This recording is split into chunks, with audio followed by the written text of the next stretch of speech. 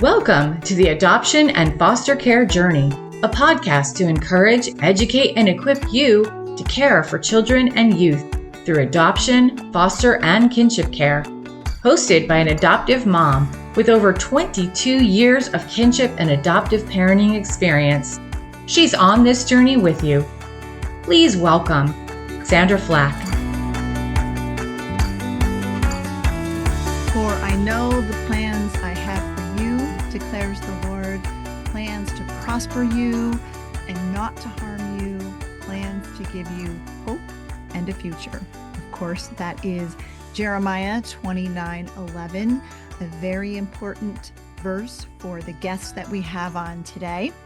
I'm your host, Sandra Flach. Welcome to the Adoption and Foster Care Journey, where, as always, it is my honor to encourage and equip you for your parenting journey. As a mom of 8, 5 through adoption, I know the struggles that come from raising children with trauma histories, kids who have been prenatally exposed to alcohol, other substances. 2 of my young adult kids are diagnosed with fetal alcohol syndrome. I've been on this parenting journey for like 3 decades. I can't believe I'm saying that. But I am here with you. I am still on this journey alongside you. And my hope is that this podcast will become an invaluable resource for your parenting journey. It's one I wished I had had so many years ago in the early days. I want to make sure that you have it. Please be sure to like and follow our new socials. We have a new, it's the Adoption and Foster Care Journey on Facebook, and on Instagram, we are at AFC _ journey. So you'll find us there, the Adoption and Foster Care Journey. I'd love to connect with you as always. And speaking of connecting, I want to remind you that I would love to connect with you in person. And this fall, I will be at the Christian Alliance for Orphans Summit in Houston, October 1st through 3rd. I will be leading a breakout session, a Better Together workshop on FASD, and doing an FASD parent meetup there. And then I will be in Chicago at the Replanted Conference on October 23rd through 25th. I'll be doing a breakout session there on FASD. And at both conferences, I will have an exhibitor booth. So you can stop by the booth, grab some resources, and chat with me, get a selfie. I would love to meet you in person. So that's all of those great things going on. Today, we have with us, I can't wait for you to meet, an adult adoptee and author, Jackson TerKeurst. Jackson is an entrepreneur and leader who continues to defy the odds as a first-generation immigrant from West Africa who owns and runs a small business. He's the adopted son of best-selling author and speaker Lysa TerKeurst. Jackson is passionate about drawing together people from diverse backgrounds and experience community, authentic community. His book, newly released book, The Only Way Forward is Back, a story of war, adoption, and finding your purpose in God's plan. It's just released. Jackson lives with his wife and their 2 children outside of Nashville, Tennessee. Please welcome to the show, Jackson TerKeurst. Hey, Jackson, welcome to the show. Thank you, Sandra. It's great to be here. Oh my goodness, I am so excited, and it's such an honor to have you on the show. I'm thrilled that you're here. I can't wait for our listeners get to hear your story. And I just wanted to grab a few of the opening lines from your book. And so this is what you wrote. You listed in the book who you were, right? A grandson of a witch doctor, the son of a town chief, a Liberian orphan, a statistic of war, nameless, homeless, barely alive. So Right. powerful. So looking way back then, what can you share with us? Give us a little glimpse of what life was like back then when you were in Liberia and you were an orphan. Yeah. Thank you for having me again. So life in Liberia. So I was born in Liberia in a small rural village called Foblight. It's very remote. Um, we were farmers. I grew up on a farm. We hunt and fish for everything we wanted to have for meal. So we were very, very poor people, extremely poor. But we were also very close together as a unit. And we value our land and we value our people, our community. So we're all one together. But that simplicity of life, it got interrupted one night when rebels decided to intrude into my village, and they started to burn down houses, shoot AK-47s, grenade launchers going off, and raping women and girls screaming. And my house I was living in, I mean, my gosh, I'm literally a 7-year-old boy just laying there resting at nighttime, and I hear this loud noise on my door, and the sound of gasoline being poured on top of my roof, about to blow up my house.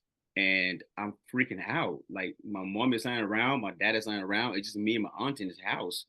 And out of nowhere, she just grabbed me and threw me on her back, and we ran into the safety of the woods, dodging bullets and running for our lives. And we were being chased. I mean, like chased and hunted down. And my neighbor, who actually lived next to me, he was running with us to go into the wood to seek safety, and he got shot and killed right next to me. And I saw him die, literally right next to me. And I'm just a child seeing this thing firsthand. And so that's kind of where my trauma began with that. And the rest of that, we spent several months in the jungle, just hiding and living like the animals, basically eating like the animals. And we can't make no noise, no sound, and we can't talk above a whisper. Because if we did, the rebels would hear something or they would come find us. These guys were hunters, so looking for people to kill. But God made it possible that He kept us safe in that jungle, and we ran to another town to where my father was there as well. And then they took my father away and other siblings of mine away into the truck, like the rebels did that. And then fast forward, I ended up in an orphanage, because I was I was basically lost. I had no family anymore. It was just me alive that I knew of. So I ended up in an orphanage that I didn't want to be at, and I didn't have a choice at all. But my uncle took me there because he was the only one who was left alive that I could go to for support. And he himself couldn't take care of me. So, and he said, listen, the best thing I can do right now is to take you to an orphanage where you can have some kind of security or protection. Someone else can watch over you. And it was about 500, 600 kids in this home who's been rescued from the street because of the war and what was happening. And these kids didn't have any parents. So that's kind of how my life started out from the beginning. Wow, what a just one night changed Right. everything. Wow. But we know God had a plan because you're here now, and we're gonna get to that. So 7 years old when this all began to unfold, and you were in the orphanage. And then what happened that brought you to the United States? Because I know it was a choir, right? You were part of a Yeah, choir. it was a choir. So fast forward, I lived in the first orphanage that got attacked by rebels again, and then I went to another orphanage, and this one got attacked by rebels again by the war.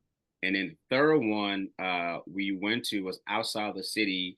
This orphanage was probably one of the toughest orphanages I lived in.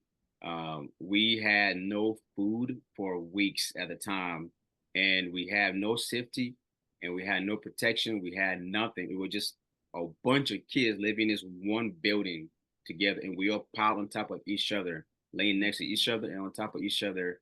And I mean, the sickness, the disease was off the charts in this place. And at the same time, the starvation rate was like super high because there was no food and it was in the middle of a war.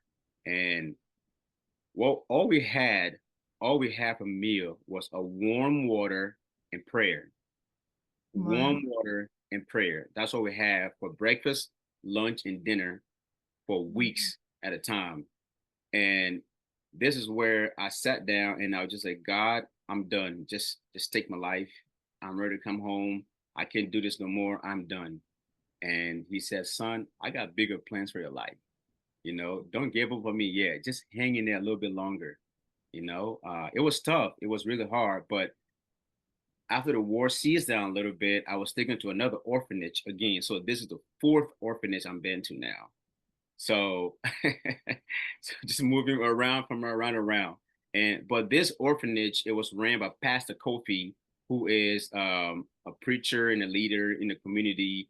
And he and his staff and his family went around during the war and collected children like me who was stranded in the street and war victims, and collected them and kept them in the orphanage where he watched over them and took care of them. And in this orphanage, he implemented that in the morning time for us to have devotion. Despite the war, despite what's going on in the world, we need to make God the center of our lives, make God the center of all of this, even during the chaos time, to seek God during chaos. And that's what he taught us to do. And we did exactly that. And it brought us so much joy and peace and comfort in knowing that he is with us. And at this orphanage, so one night, my friends and I, at devotion, I got up and instead of me saying what I was grateful for, instead, I decided to sing a song instead. And when I sung this song and I walked away, my friend Steve, he was like, man, you are really good, bro. We should do this every night. You should come join our group. I was like, really? He said, yeah. So boom, we formed a boys choir. Next, it was like 6 of us, and then other guys expressed interest, and we just started singing just for fun, in a way to share our testimony, in a way to share in the past time, and not worry so much about the troubles we are facing, the hardship we're going through, but instead use our time to worship God, use our time to praise God. And that's exactly what we did. And I tell you this, God saw our faithfulness, he saw what we're doing, and he spoke to some missionaries here in the US. And those missionaries came down and watched us perform for them in the orphanage. And they blessed us to bring us to America so we can share our story. Yeah, our story with our brothers and sisters here to raise sponsorship for the orphanage and raise money for the orphanage. So I was an orphan. Now I am an ambassador and I am a missionary to my own people. How incredible is that? So that's kind of how it started. And I came to America, and then we started doing this tour, and it just took off. It just took off. And that's kind of how we came to America. Yeah. Now, because you prayed, so when you were a little kid, was your family believers? Were you a Christian? Did you know God growing up? That's a great question. So growing up in a village, we were very tribal. Everything is tribal. I had no idea, first of all, that an outside world existed, like America or Europe or Canada. No clue. All I knew was my village, my people, and our town. That's all we knew. And we didn't have cars, bicycle, motorcycle, cell phones, nothing. It was just us in our remote village. So we had no idea what a God was, what a Christianity was. But it was not until I was, I think, right before I turned 7, my dad took me to this area that was several miles from our village. And he said, hey, son, come with me. We're going somewhere today. I said, okay. So I got dressed in my little short and sandals and t-shirt. And we walked this dirt road for about 4 or 5 miles, long way. And when we got to this destination, there were people clapping, dancing, singing in this small little hut. And I was like, what's that noise? And he's like, well, it's today is Sunday, son. So, and people in church today. I said, church? What is a church? And he's like, that's where believers go who believe in God to worship and fellowship. I say, oh, I still didn't understand what it meant. So I just kind of hopped in there with him and enjoying myself, clapping and dancing and singing. And that's kind of how I got introduced to Christianity because of my dad. He took me to that church. But then when I got to the orphanage, that's when I was able to dive deeper into my relationship with God and learn more about God because, like I said, the orphanage will taught Christian principles. To go to church every on Sundays, have Bible study, have devotions, and that helped me to dive deeper into my relationship with God and learn more about who He was. So. Wow. That's just, I mean, you can see God's hand upon your life from the time you were little, and even in the midst of a war, rebels coming in and all of these things that were going on in that chaos, you were just continually drawn to the Lord. So incredible. I love that. So you got to the United States as part of the choir, you're performing in churches, bringing awareness about the children in the orphanage and raising funds. So that's how you met your mom and you got adopted. So tell us that part of the Yeah. story. Well, so we came here, the boys choir came on tour for 1 year, on a visa. So for a visa, you have 1 year to tour and then go back to your home country. And that was the plan. So when we got here, we're touring, everything's going really well. We are, raising awareness and sponsorship and loving our time in America. And then right before we had to go back home, a few weeks prior, Pastor Kofi, who runs the orphanage in the ministry, sat us down and he said, "Boys, I got some bad news. Um, I know you don't want to hear this, but the orphanage you guys came from has been attacked, Mm. has been attacked by rebels, and is being burned to the ground right now. So Wow. there's no way I can take you guys back home. And if I took you guys back home, you all would be shot and killed at the airport, point blank, no questions asked." And he was very right. That was very, very true. These rebels don't care about who you are, why you are. Once they see blood, they want it. And most especially when they find out that we came from America to come back home, they will create scenarios in their head about who we are, what we are, and they will take action, like massive action to destroy us. So basically, at this point, we're homeless. We have nowhere to go, and we are pleading with Pastor Kofi, please don't take us back. Please don't send us back there. We don't want to die. And this was at our last concert of the year, and we were performing and not knowing that there is a lady in the crowd somewhere who God has been speaking to this whole time. But in her ear, she's like, la la la la la la la la la. I didn't hear you guys. Stop talking to me. I don't want to talk to you. And God was like, listen, two of those boys are yours. Two of the boys are yours. And this goes to show again like how great God is. In time of chaos and hardship, and we freaking out and have no idea. But in the background, He is doing things, moving strings around just for us. And that night changed the trajectory of my life forever when I got to meet my mom, Lysa, and call her mom straight off the bat. And God just laid on my heart. When I saw her, just like, Mom, it just felt so real. It felt natural. It felt that she was my mom, not from birth, but it just felt like wholesome in a way. I felt so comfortable and so at home with her. And it And felt you so, never met her before, right? I You never just met laid eyes on her that night. I never met her before, and I just laid eyes on her, and I felt like I was home, just looking at her, and she was like, she called my dad. She was like, there are two teenage boys from Liberia calling me mom, and my dad was like, get home now, get some. So, but it just goes to shows like that's what I call a sneaky Jesus moment, where you're going through so much trials and tribulations in your life, and you're so stressed out about the outcome of what's going to happen. But God already know the outcome of what the situation is and what's going to happen. And He delivered me. He delivered all 12 boys choir to be adopted in Charlotte, North Carolina within a time frame. And that attracted Oprah and other media outlets to even talk about that to the whole world, which is a miracle if you think about it. Yeah.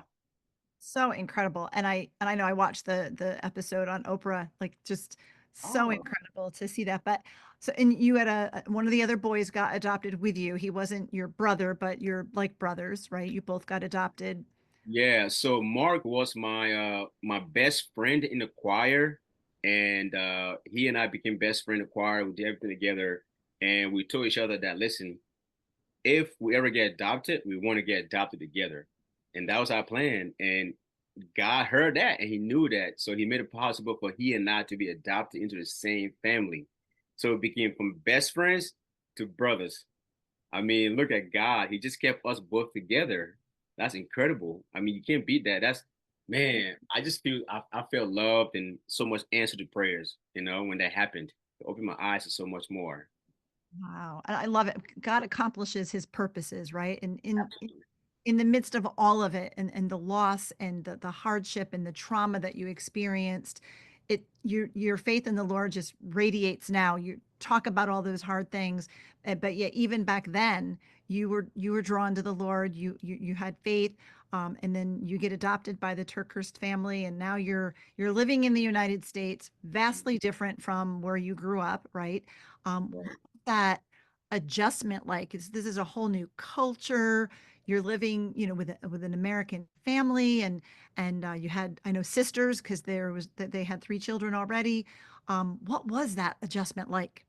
Oh, listen, I'm not going to lie to you. It was very hard. It was very, very difficult because I got adopted at age 15. Wow, you were 15. I was 15 years old when I got adopted, and that is not a normal age to be adopted at. I mean, I'm 15. I've seen war. I've seen chaos. I've seen the worst of the worst, and then coming to a lovely home where these incredible people want to show you love. They want to, like surround you with so many great things. But guess what? I pushed it back. I didn't want that. I didn't want that. I don't need this because I am my own boss. I am my own self. I know it all. I got it all together. I've survived all this. I don't need this. Don't tell me that. That was my mindset. Though I Mm. wanted to be adopted and want to be loved, but I didn't know how to receive that. And I struggled to receive that for so many years. And that had an impact on my life, in a way where, we had conflict sometimes in the home, with my parents, just to be honest, because of my attitude and because of the life that I have lived that have affected me to be so angry, to be so mad, to be so stubborn that I got it on my own. I don't need your support, I don't need your help. But at the end of the day, I realized that God placed these people in my life for a reason. And he knew that he had a plan for my life. And the TerKeurst family was the family that he destined for me to be a part of. And I needed to really stand still and know that this is home now. I don't have to run no more. I don't have to hide no more. I don't have to search no more. He had found me in the family where I belong. Where I belong is here, But it was very hard in the beginning to really adjust to a loving family, to people who really care about you, because I felt like I knew it all already. And don't tell me anything because I already know it all. That was my mindset. But God did his work in my life and in my heart to where I was able to get some support and help with my family and counselors and youth groups and things like that to calm me down and help to minimize some of these traumas I was experiencing on that level. Yeah, I was going to ask about that because, and I know our listeners, so many of us are adoptive and foster parents, especially moms. We can relate, right? We've adopted kids all different ages, and we have teens, so we can understand the challenges and the adjustments, and even your mindset and what you were walking through. So none of that surprises us because we're very familiar with it. And as an adopted mom, you know, we want our kids to be healed and overcome that. So, and you started to talk about it a little bit. So, what were those things that helped you to overcome the trauma and the adversity that you went through? Because, like you said, at first you didn't want to hear it. You're all good. You want the family and you want the love, but like you got this, right? Yeah. And you mentioned, youth group and some therapy and things like that. So, um, what were those things that you really felt made the difference? I would say for me, it was the constant words of affirmation from my parents, and just the reassurance from my mom and dad, letting me know that you're home, you're safe, you don't have a return policy. We love you. We want you to be here. We need you to be here. We are blessed to have you with us. Those things made me feel like, oh, they care about me. They actually do care about me. I'm not just being adopted. Like they want me to be a part of their family. Huh. Okay. So then it started making sense in my head a little bit, right? And then second thing they did was they surrounded me and my brother and other guys who were adopted with a community of people who supported us. We did a lot of activities together, and they celebrated our culture in the home and had events where our cultures were celebrated to not take us from our culture, but also help us embrace that. And they enjoyed it too. And then we did a lot of youth group together and did a lot of traveling to serve other people.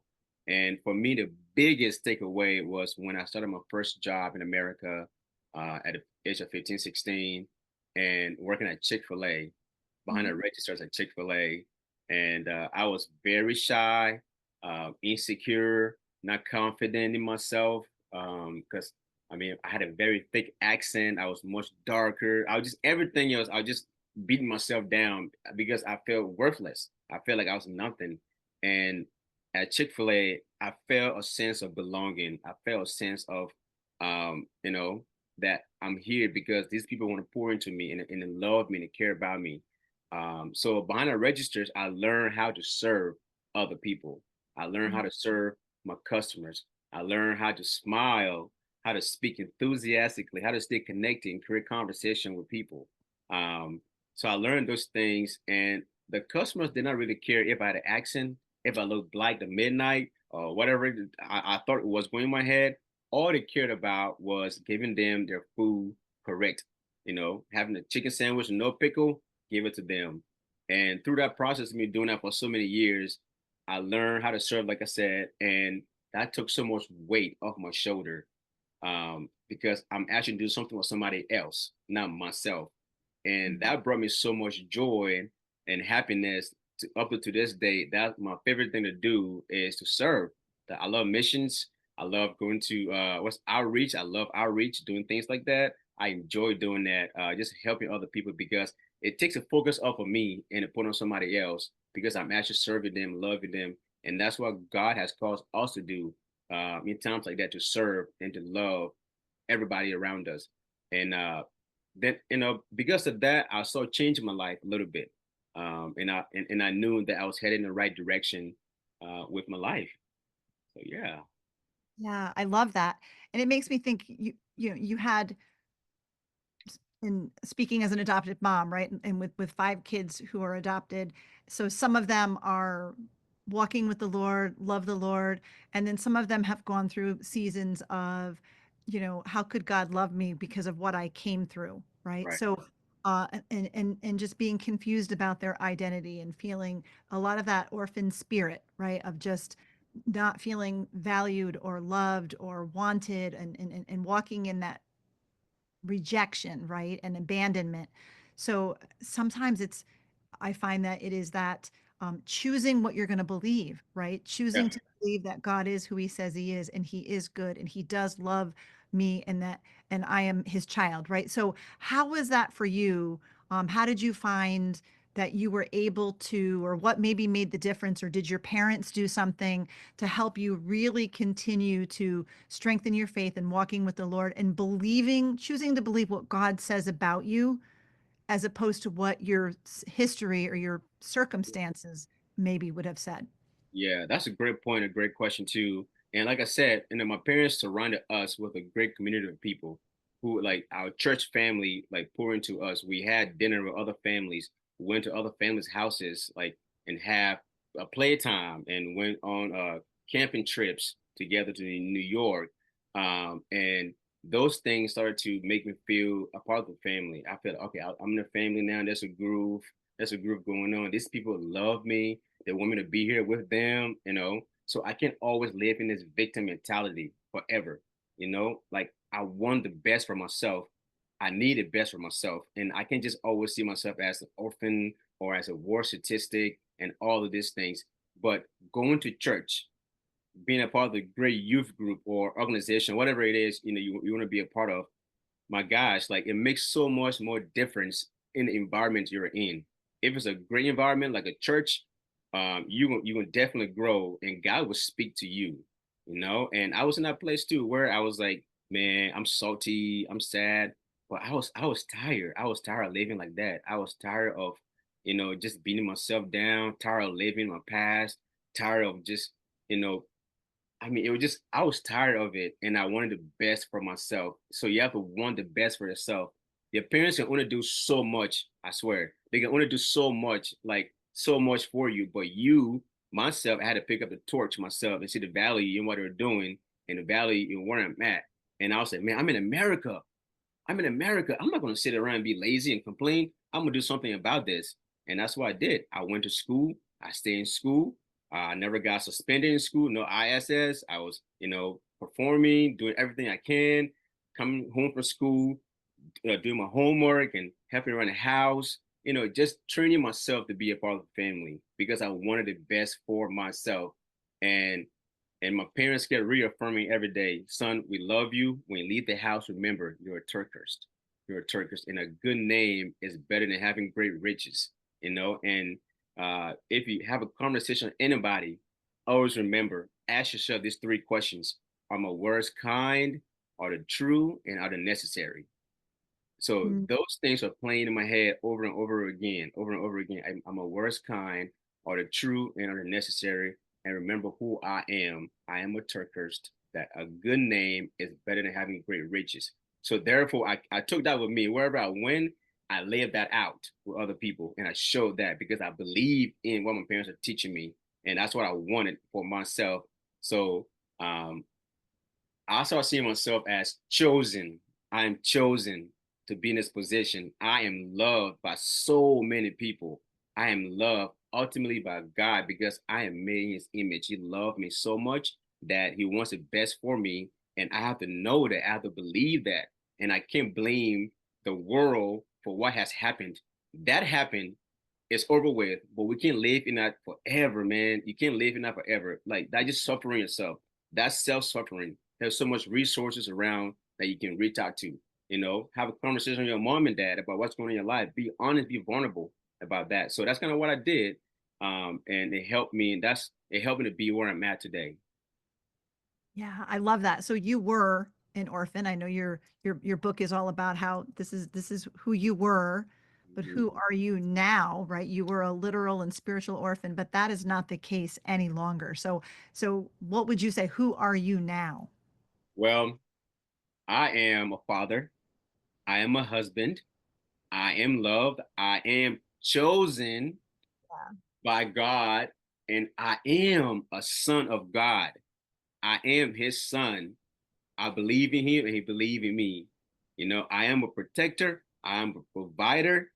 I am a positive influence to many people. And I am a barrier breaker. I am the first in my entire family to come to America, to graduate from high school, to graduate from college, to be married, to have a job, to have a house, to have a car, and to be where I'm at. I'm the first of many, So that lets me know that I was chosen by God before I even knew that my life was going to be this way. It was chaotic. There's so much chaos in the beginning and throughout my life, but throughout all of this thing, I kept my eyes on him. And now he is showing me the fruit of all of those and showing me like, hey, son, this is all I have for you in the past. This is it now. Here's your future. You were all these things. I'm giving this to you. We'll write your book. We'll tell your story. And let's keep inspiring people. So that's how I see myself now. Sandra Flach, host of the Adoption and Foster Care Journey podcast, and FASD educator Debbie Raymond, invite you to join Hope for the FASD Journey, a virtual support community for parents and caregivers raising individuals with fetal alcohol spectrum disorder, diagnosed or not. This faith-based support community meets online 3 times each month, features special VIP guests, and a private Facebook group for members only, which includes Soul Care Saturday video devotionals led by Sandra and Deb. Both Sandra and Deb are adoptive moms raising kids with FASD and facilitators of the Facets Neurobehavioral Model. For details and to register, visit justicefororphans.ny.org/hope-community. That's justicefororphans.ny.org/hope-community.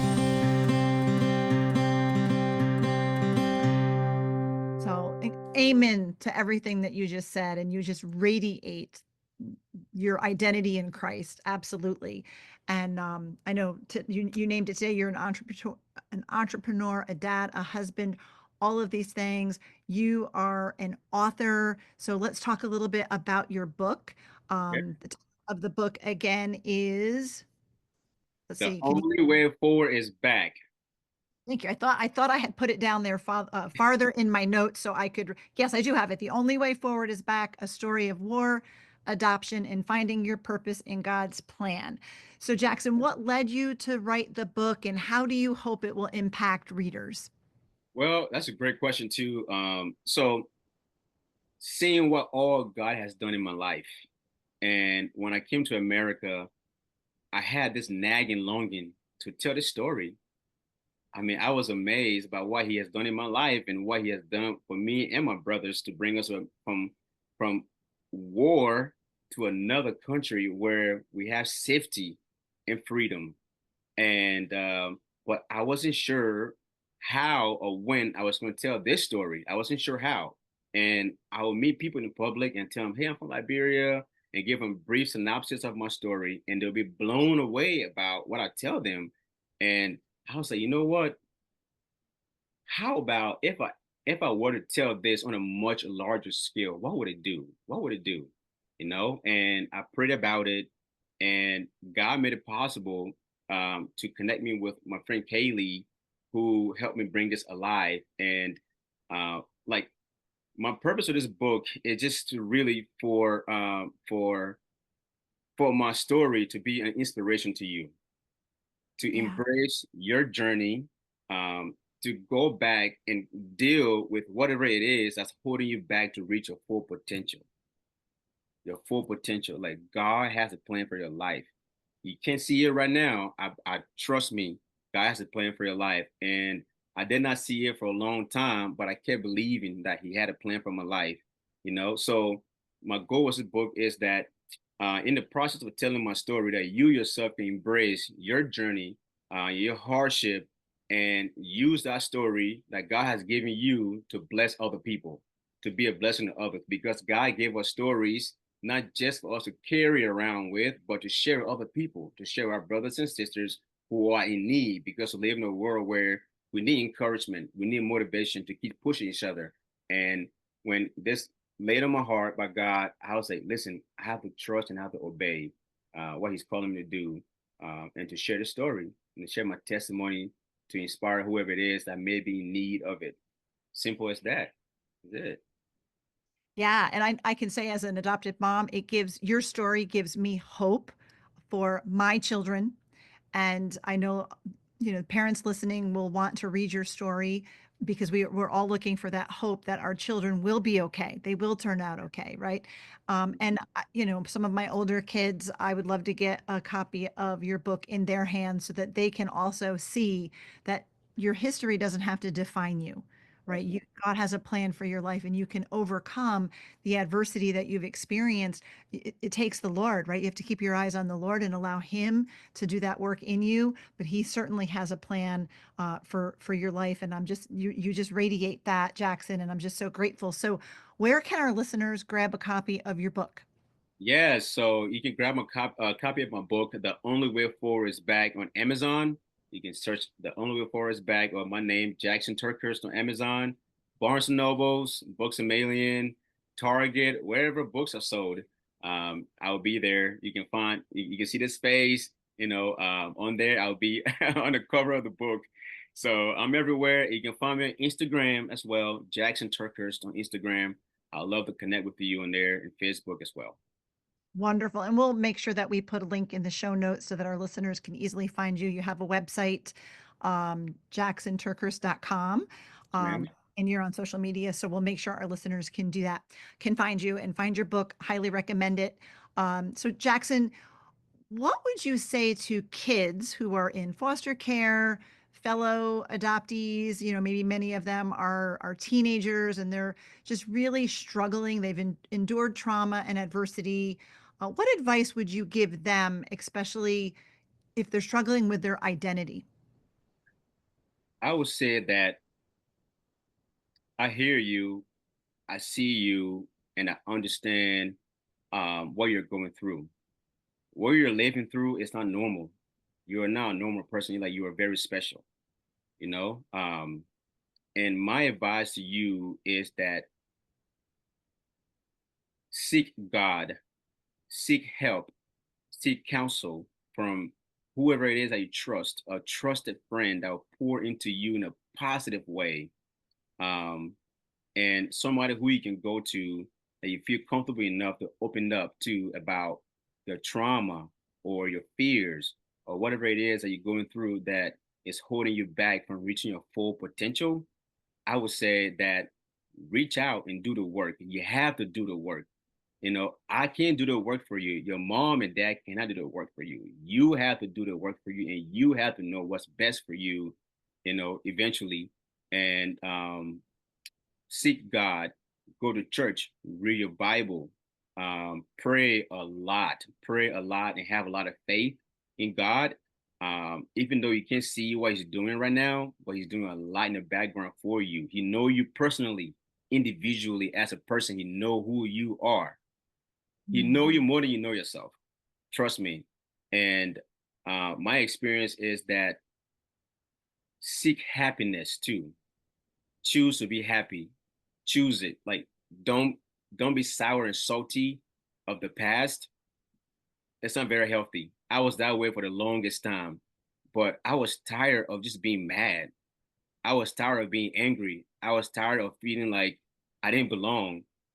But because I belong, you deserve that. You belong somewhere. You have a family that loves you and care about you. You have to see that. You can't always live in that past and keep going back to it, going back to it, going back to it. And that's not healthy. That's not safe. You have to know the best for you, to want the best for you, to where you can have the life that you dreamed of, the life you want to have and give to your kid. And you have to be a boundary breaker. You have to set a legacy, make a legacy for you and your future family. Your past does not define you. It does not define you. Okay? That's in the past. That was yesterday. It's done. The past should refine you. It should refine you into a beautiful soul, right? Like you bloom like a flower when you walk in a room, everyone's like, oh my gosh, he's in here. She's in here. Look at her just shining like a diamond, you know? And that's how God wants us to be. Because we've been through a lot and we can always live that. So my encouragement to you is that seek God, seek the right community of people who can pour into you and want the best for yourself and do the work. Do the work yourself. I love that. Clearly, you've done the work, Yeah. and we appreciate that. And Jackson, you picked the verse that I opened the show with, Jeremiah 29:11. What does that verse mean to you? Jeremiah 29:11, for I know the plans that I have for you, says the Lord. Again, God has a plan. He had a plan for my life, a plan to give me a future that I'm living in right now, that I'm loving because I'm free, because I know I am his son and I have that peace and comfort knowing that, So that verse has always been in my head, always been in my heart, always pushing me, letting me know that who I am, who God sees me as, and what his plans are for me. Because I'll make plans in my lifetime to do different things, but in the end, he has the ultimate power. He has the ultimate plan for our lives. So I've always give my life to him and let him take the wheel and navigate my life because I trust him and I give it to him. So that verse has been my motto ever since I was young, So that's simple as that. I love that. So, what are some of the plans that you have for the future for yourself? Some goals. Plans I have for myself in the future. Right now, I am in the process of finishing my my family's house in the village in Liberia that was burned down to the ground. And I have been trying to do that for a couple of years, but I haven't had the right funds and money to make that happen. And that's my biggest plan to rebuild that house for my family and even buy more land to where we can have crops and grow own crops and things like that in the village. Because I have family who still live in the village and I want them to have safety. I want them to have roof over their head. And my long-term plan is to make that happen. That is my dream. That is my goal. And I'm going to make it happen. It's going to happen because I know God already, manifested that already. It's going to happen. So that's my long-term plan. And the other one would just be to create a space where my kids and my family can have a good life, a great life that's honoring and humbling to God in the long run, going to church and launching this ministry that he has given me and to continue to pour into people and to lead by example and to be a role model to what he's called me to do. Wow, I love it. You are definitely a tremendous role model. Just side note, out of curiosity, what is the climate like in Liberia right now? Is there still war and rebels, or is there more peace? It's more peace right now because we have a really good president that actually cared about the people and the land. So he's doing all he can to make sure that Liberia gets back on its feet. The country has been struggling for years with devastation from the war. So it's been tough. It's been tough having to rebuild the country, but the rebels, is gone now. Life is restoring to somewhat normal, and we just want to give God the glory and honor for that. And just pray that other people from around the world will be able to help our country to rebuild because we need that support. Yeah, definitely. And what family did you find? Were you able to go back and find family? Yeah. So when I was back in college, my brother actually called. My older brother called me, and I was so shocked. I was like, "Who is this?" He's like, "Jerry." I was like, "Jerry, oh my goodness, dude, he and I just lost it. That he was alive and he survived the war, and I bought a plane ticket and went right to Liberia to go meet him. Oh, And I went there. I met him, and a couple of years later, just a few years ago, he called me and said that he found my extended family members and even my biological mother and biological father. He they were found them. still alive. Found Wow. them. Yeah. So he found them.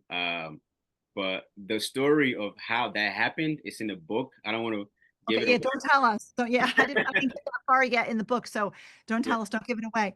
Um, yeah, I was going to ask more questions, but I'm going to leave it for the book because I'm sure that you unpack it there, and it'll be a great cliffhanger, so our listeners will be even more intrigued to go get the book. So thank you for giving us that update, and I feel like I could talk with you forever.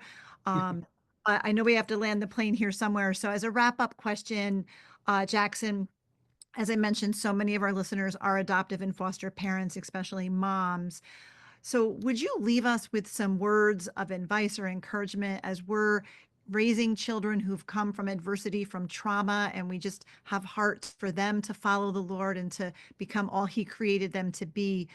Give us some advice and encouragement as we do that. Thank you. All right. I wrote something here I'm going to read to you guys. All right. This is to every foster and adopted parent. What you're doing is scary. It really is scary. It takes a special person to do something like this. So I want to say thank you, first of all, for saying yes to God to take on this task. That's a lot. In a world that often turns inward, you've chosen to open your heart and your home to love a child not born of your body, but deeply rooted in your soul. Mm. Okay. It takes extraordinary courage to make that happen. You are the steady hands in the storm. We are the storm. We come with a lot. We come with a lot, but you are so strong. And you have those steady hands in that storm that keep us calm, that keep us focused, that direct us by nurturing us and loving us. There will be days, it feels like progress is invisible. I promise you that. My mom felt that way several times. She felt like, my gosh, I'm just not doing enough. But you are doing enough. You're doing more than enough. And I want you to remember that. When love doesn't look like it's being received, when the trauma screams louder than trust, There'll be days like that when our trauma will scream at you, then we trust you. But that's just us lashing out because that's all we've known, and that's us fighting to heal, but we don't know how to communicate that, you know. But you are not alone in this journey. God is with you. I am there with you, and I'm grateful to you for opening your heart and your home, for loving my brothers and sisters so well and giving them the opportunity of a lifetime to have a second chance at life. Because they could have been in a situation where, I mean, they could still be in the street, still Mhm. somewhere struggling, still, I mean, going through the worst, but you said yes to God by allowing Him to use you in a special way for His glory and for His kingdom. And I just want to say thank you so much from the bottom of my heart, from the bottom of my heart, for opening your heart and your home and accepting my brothers and sisters and showing them love and sacrificial love, unconditional love day in, day out. So thank you for all you do. That's my words of encouragement and gratitude to Well, you just like totally filled this mama's cup. So thank you so much, Jackson. That was just powerful words of encouragement. And thank you for that, and for the hope that you're giving to parents and to adoptees, and to really your story is so inspiring, really, for anyone. The book again is The Only Way Forward Is Back: A Story of War, Adoption, and Finding Your Purpose in God's Plan by Jackson TerKeurst. It is a must read. Follow the links, follow the show in the show notes. Again, Jackson, thank you so much for sharing your story and for all that you're doing to inspire others. Thank you so much. And I just pray all the best on the book and all that you do, and in your heart and your passion and the work that you're doing over in Liberia as well. Thanks so much. Thank you, Sandra. Thank you so much. Good to be here. Thank you. Thank you. Wow, what a conversation. What an amazing young man. Great job to his mama. And I'm sure that you were just as inspired and encouraged by my conversation with Jackson TerKeurst. Just we continued talking after we stopped recording, so you guys didn't get all of the side conversation, but just what an incredible young man. I highly recommend you grab a copy of his book. You're gonna love it, and leave a review for him on Amazon once you've read it, and be encouraged, because what a great young man, and so inspiring, especially for us foster and adoptive parents that are raising kids. And we sometimes wonder, will they ever get it? Will they ever accept Christ? Will they ever understand their identity in the Lord? So it is possible. And Jackson is such an inspiration. So I hope that you will check out his book, go to the show notes, and click on the link, and connect with him and his social media, and grab a copy of that book. You will not be discouraged at all, or regret it, because what an amazing young man. Um, we want to encourage you through this podcast. We've got some great resources for you. Want to remind you of my book, Orphans No More, A Journey Back to the Father. And great news for those of you who do follow me. I've been writing a devotional for foster and adopted moms. The title of it is Soul Care Saturday, 52 Devotions for Foster and Adopted Moms. It is with the editor, and my goal is for it to be available in late fall. So I will keep you posted on that, but I've been celebrating the milestone of getting it out of my hands and into the hands of the editor, so we can get it on to the next step. But we have a devotional coming. And of course, we have all of our resources. In addition to this podcast, we have the FASD training and the support group. And you'll want to go to the website, justicefororphansny.org, to check out all of that. Parent coaching, if you're raising kids with FASD, fetal alcohol spectrum disorder, whether it's diagnosed or you just suspect it. I do parent coaching. We've got lots of workshops going on, online and in person, as well as the support group. So you'll want to check out all of that. Go to the website. Of course, there's a link in the show notes, so you can find that easily. Please subscribe to this podcast, leave a review if you're listening on Apple.